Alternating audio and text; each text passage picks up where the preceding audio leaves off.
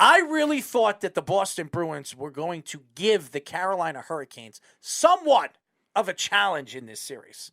Carolina, really for the last 3 years, they're a fantastic team offensively, defensively, and goaltending. They have been one of the top teams in the NHL really for the last 3 or 4 years. But they always fall apart, usually in the second or third round of the playoffs. They can never get into the Stanley Cup Finals, as long as Rob Brindamore's been there. And twice against the Bruins, too. But going into this series, a lot of people, a lot of experts, or analysts believed that the Bruins were going to win this series. And after watching the first 2 games of this series, I can honestly say this series is over. They cannot stop Carolina offensively. Carolina will go on the power play. They score at will. They can't. And the Bruins, really, in the second half of the season, were one of the best penalty-killing teams in the NHL. They can't stop a lick right now. Their goaltending has been horrible.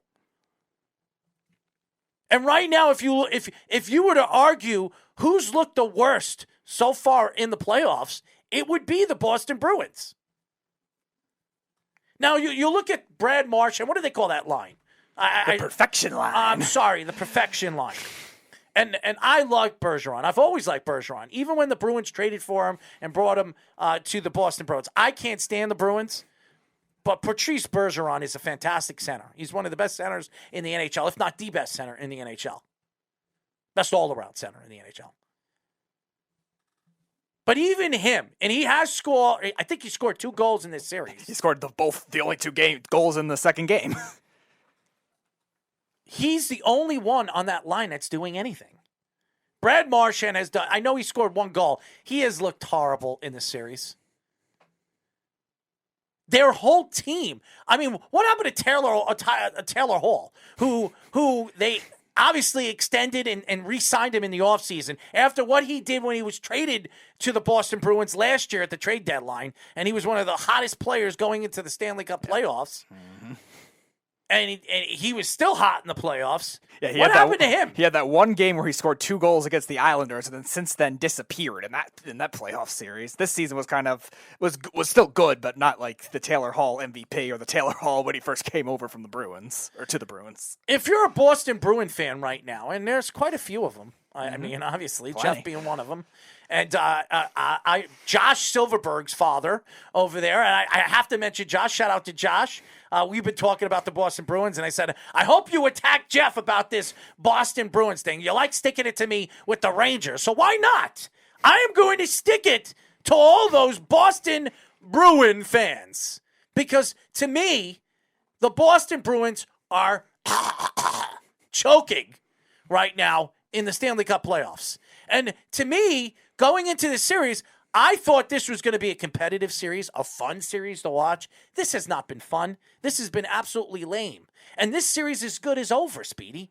Yeah. Originally, my pick was the Canes were going to win in 6 because I liked the depth that they had, and they also have very good defensive physicality as well, including a lot of these ex-Rangers throwaway defensemen, but they were actually been playing well this year for Carolina for the most part, and also the goaltending injuries too. Frederik Andersen was out at the beginning of the series, still hasn't played, so after trading Nedeljkovic in the offseason, you're relying on Antti Raanta and a rookie, and he played well in Game 2, but I was never expecting this level of blowouts that we've seen. The Hurricanes, we know they have a talented team, but again, were they going to be able to outmatch the physicality of the Bruins and that top line, which is still probably a little better than the Hurricanes top line, even though the Hurricanes top 6 is very good. So I'm surprised it's this much of a blowout too, but I'm not.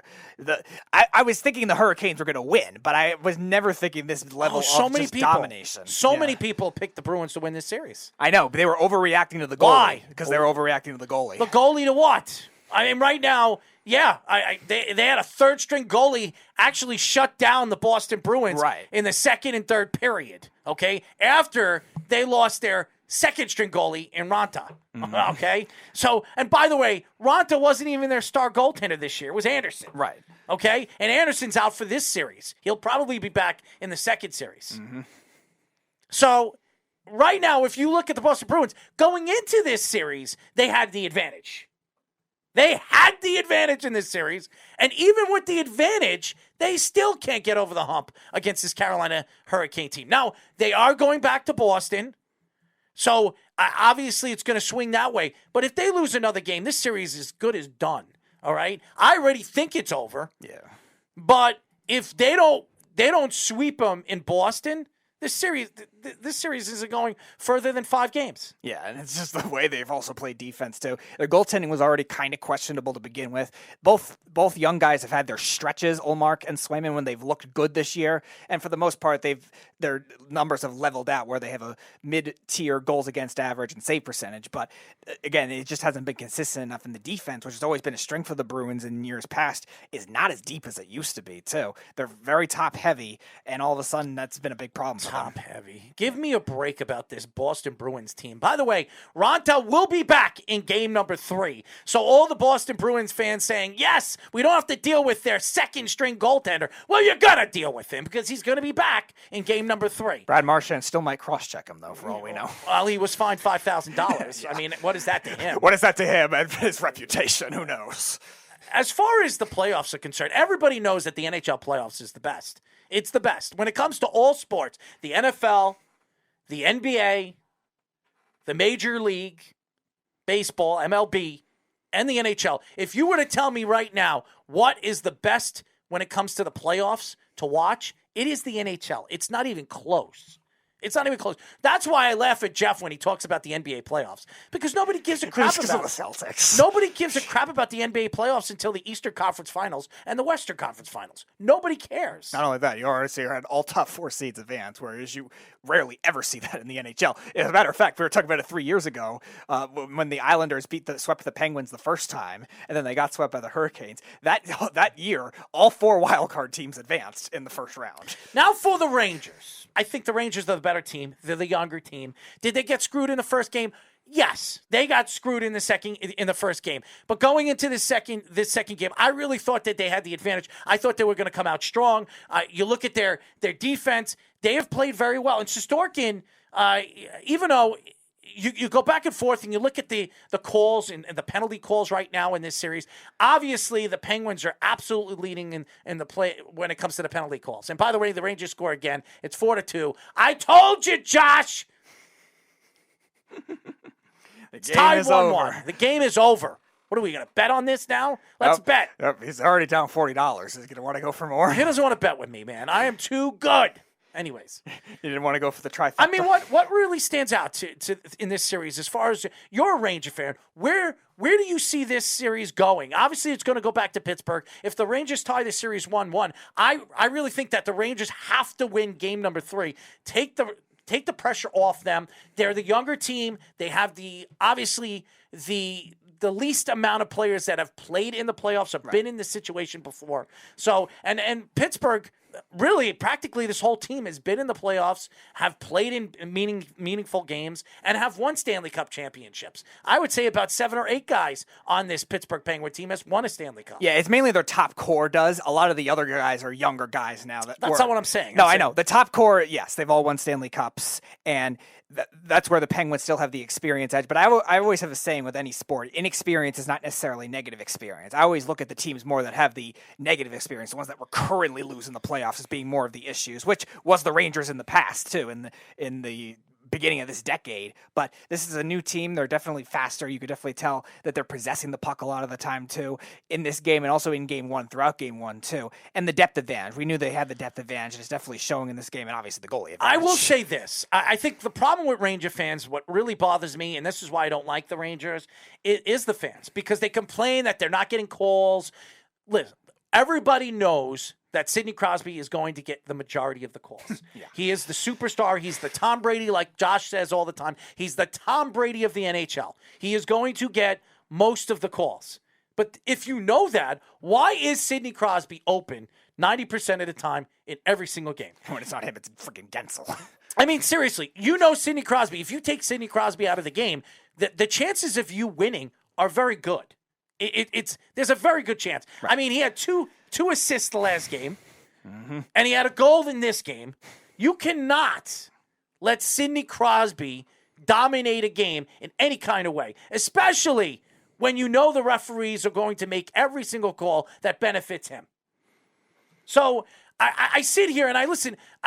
Gallant is a good coach. He might win Coach of the Year. Possibly. He's not Barry Trotz, okay? Because Barry Trotz, in every single period, if the Islanders are not playing well, he would find a way to transition and try to figure out what they could do to stop the best players and keep the best players outside of the hashes so they can't score goals. Sometimes you see this with a lot of these top teams where you rely on the raw defense or the raw system to make it work, and sometimes you don't take them out right away. Whereas you're seeing in this series, the Rangers are kind of doing the opposite, where Gensel and Crosby have had great scoring chances all series long, and they've capitalized on them, and really everyone else has it. We're seeing a lot of these other guys shoot wide, these younger guys, too. There's a lot of breakaways both ways in this series so far, and I think when you look at the pace that generally would favor the Rangers, but you still have to watch out for that kind of thing. So far we've seen for the Rangers defense. The Rangers scored again, by the way. This game is over. I told you guys this was over.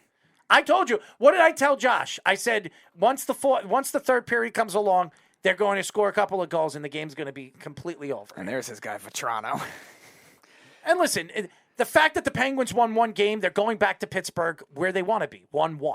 Okay, the chances of the away team winning, in an NHL playoff game at another team's home is very hard to do. Yeah, it's very hard to do. And to me, the Rangers have been one of the best home teams in the NHL this year. Which is weird because they're usually the opposite. They're usually a very good road team and an iffy home team for Madison Square Garden home crowd advantage is supposed to be very good. Yeah, and Vetrano has been a very big, important piece to this Ranger team, especially at the trade deadline when they make the trade to bring him in. So I think the Rangers have done a lot of things nice and really good since the trade deadline.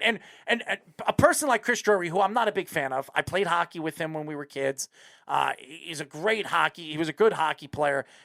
I wouldn't say a great hockey mind, but he has done a great job. And if you were to tell me right now the best executive of the year, I would say Chris Drury was a top 3 this year. Yeah, all the trade deadline acquisitions so far have contributed in some way. Cobb has been great. Cobb has been tremendous. I think even more than a lot of the Rangers fans were expecting him to have. Vetrano had I think 5 goals in his first 3 games with the Rangers, and yeah, he's leveled out a little bit, but still has been productive and really has helped those younger players on those bottom 6 lines. And he's even played in the power play units, the first and second power play units a lot of the time too, which shows how much they could trust him as a passer as well. And that depth is really what the Rangers needed, because the Rangers in the beginning of the season, everyone was saying, oh, what's the biggest issue for them? Their lack of center depth, guys that could be playmakers on those lower level lines. They traded for Goodrow. Goodrow played well this year, and now Kopp and Vetrano are kind of providing those other things. Vetrano's really not a pure center, but is kind of playing like in that role too, and they need that kind of thing, veteran guys to really help for this playoff identity. Every series going into the playoffs, and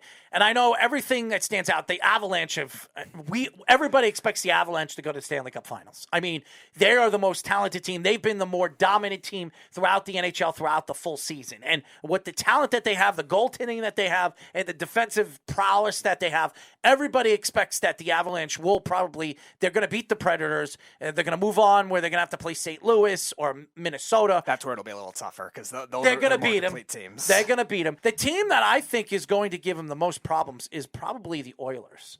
And the reason why I think that, if the Oilers can get out of that LA series, which I expect them to do that, it's the firepower that they give on the first 2 lines. And it's going to be very, very hard. As good as the Avalanche are defensively throughout the season, they're one of the best defensive teams in the NHL and one of the best defensive offensive teams in the NHL as well.